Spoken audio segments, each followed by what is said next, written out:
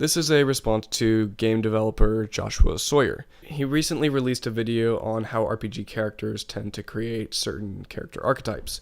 I generally agree with what he said, although I would like to present a slightly differing perspective on what he did say. In order to get to some of my opinions that are different, I may reiterate some of the things that he said, but that's how it goes. Let's get started.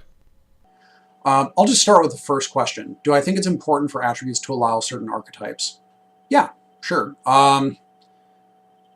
When you get down to the details of it, though, that always breaks down at a certain point, unless you continually subdivide attributes to reflect a super specific level of detail. An attribute system typically is only going to be able to encompass or abstract a certain number of things before it doesn't quite encompass what a specific player might want.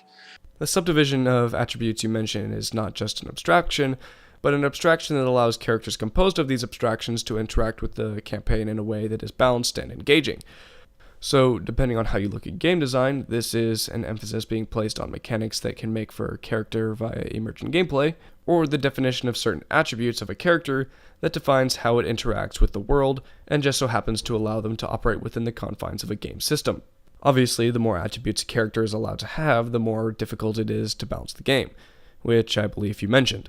Now, of course, you can view it as a narrative tool as well. It could be a mathematical, if limited, way of creating characters such that they have challenge. Characters without limitation tend to be less interesting, to put it simply, because there is no tension, which some might say also applies to games. Now, I say limited because it is in fact limited, and I believe he knows that. It is, after all, a game system. As such, these attributes you want to make have to correspond with the obstacles you will face. Because these obstacles you tend to face are combat, these attributes tend to be combat related. Hence the archetypes. It really spawns out of the RPG system being implemented, and how these classic D&D attributes correlate with other game mechanics. Now, there are of course non-combat attributes, one of which being charisma, but that's once again an abstraction, as you've said. It's a mathematical representation of how a character might interact with an NPC.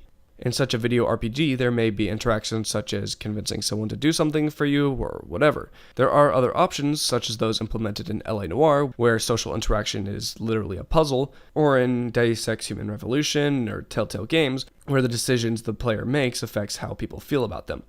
The latter tends to offer more characterization than simple mathematical set of equations might. These do present the problem of needing a fail state that would either require extra development time, for example a redundant source for pertinent information in case of failure, or a stupidly long iteration time for failures.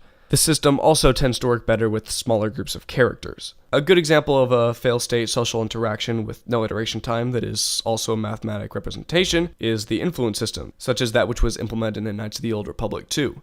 What I'm trying to get at is that a set of equations only creates an archetype if they are the general extent of a character's character. That being said, they do once again limit the options simply by abstracting personalities, which can be quite granular. Now, because these attributes are what we use to interact with a D&D style RPG, and that style of RPG is inherently limited as far as characterization goes, it inherently limits the characterization that can take place in a D&D style RPG.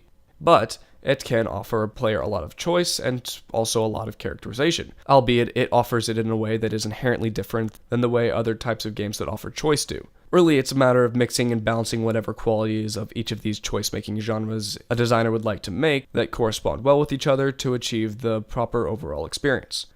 From what I've seen, Numenera seems to be a fairly classic style RPG, even if the turn-based combat was not only an odd choice to leave up to an uneducated electorate, but an odd choice in general. Because of this, it has the limitations of a classic style RPG.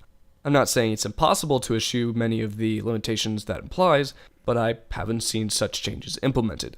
Thanks for watching, everyone, and I hope this kind of adds to what Joshua Sawyer said about RPGs and expands upon how we perceive them in general. And I'll see you all next time.